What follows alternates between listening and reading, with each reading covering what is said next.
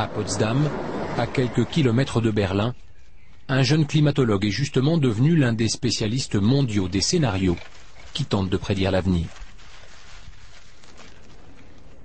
À l'Institut Albert Einstein, dans le bâtiment qui abrita l'inventeur de la relativité, Stefan Rahmsdorf se penche sur les fluctuations climatiques du futur.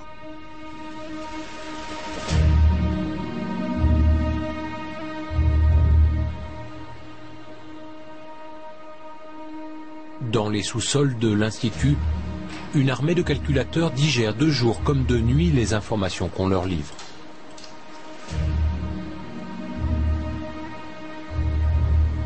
Vitesse des courants, salinité, température de l'air ou épaisseur des glaces. De quoi lancer de savants calculs et bâtir toutes sortes d'hypothèses en s'intéressant notamment à l'éventualité d'un nouvel arrêt de la circulation océanique. Il y a un seuil qui détermine la quantité d'eau qu'on peut ajouter à l'Atlantique Nord, au-delà de laquelle la circulation s'arrêtera. Je pense que dans le pire scénario, nous pourrions dépasser ce seuil dans le siècle à venir et même la seconde moitié du XXIe siècle, si nous n'arrêtons pas le réchauffement climatique à temps. Un arrêt de la circulation océanique pourrait donc avoir lieu dans la seconde moitié de notre siècle, provoquant un refroidissement du nord de l'Europe. Mais l'ampleur du réchauffement climatique compenserait dans un premier temps cette perte de quelques degrés. Un simple répit, car vers 2300, l'épuisement des énergies fossiles comme le pétrole ou le gaz impliquant une diminution du réchauffement climatique, plus rien n'empêcherait le refroidissement de l'Atlantique Nord.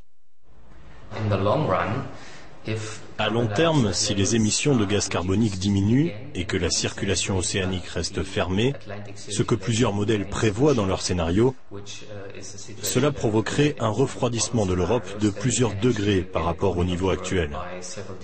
Il ne s'agirait peut-être pas d'un retour à l'âge de glace, mais cela rendrait l'agriculture très difficile, en Scandinavie par exemple.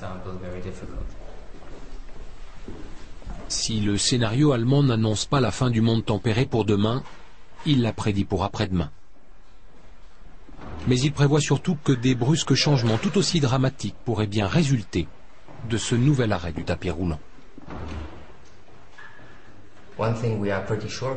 Ce dont nous sommes assez sûrs, c'est que cet arrêt mènerait à un bouleversement majeur de l'écosystème marin de l'Atlantique Nord, qui dépend en grande partie des ressources naturelles qu'apporte ce courant. Avec pour conséquence l'aggravation de la crise de la pêche un peu partout en Europe, et la modification des zones de reproduction, comme celle de la morue arctique, qui pourrait définitivement déserter les côtes de Norvège. Nous savons aussi que le niveau des mers monterait d'1 mètre sur les côtes de l'Atlantique Nord. Et cela s'ajouterait à l'augmentation générale du niveau des mers due au réchauffement. Simplement parce que quand le courant change, la surface de l'océan s'adapte. Et cela signifie que le niveau augmente dans l'Atlantique Nord et baisse dans le Sud. Un petit mètre supplémentaire. De quoi menacer un peu plus encore les côtes densément peuplées des Pays-Bas, du Royaume-Uni ou même de la France.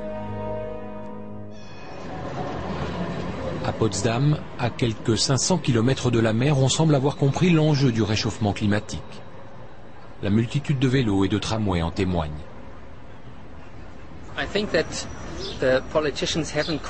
Je crois que les hommes politiques n'ont pas tout à fait compris l'urgence du problème. Ils s'y intéressent, mais les mesures qu'ils prennent sont souvent des demi-mesures, alors que le temps presse. Nous avons peut-être 10 ans pour changer la donne et démarrer cette transition fondamentale vers des énergies renouvelables. Et si on perd encore 10 ans et qu'on ne fait pas grand-chose, alors je serai très inquiet pour le futur.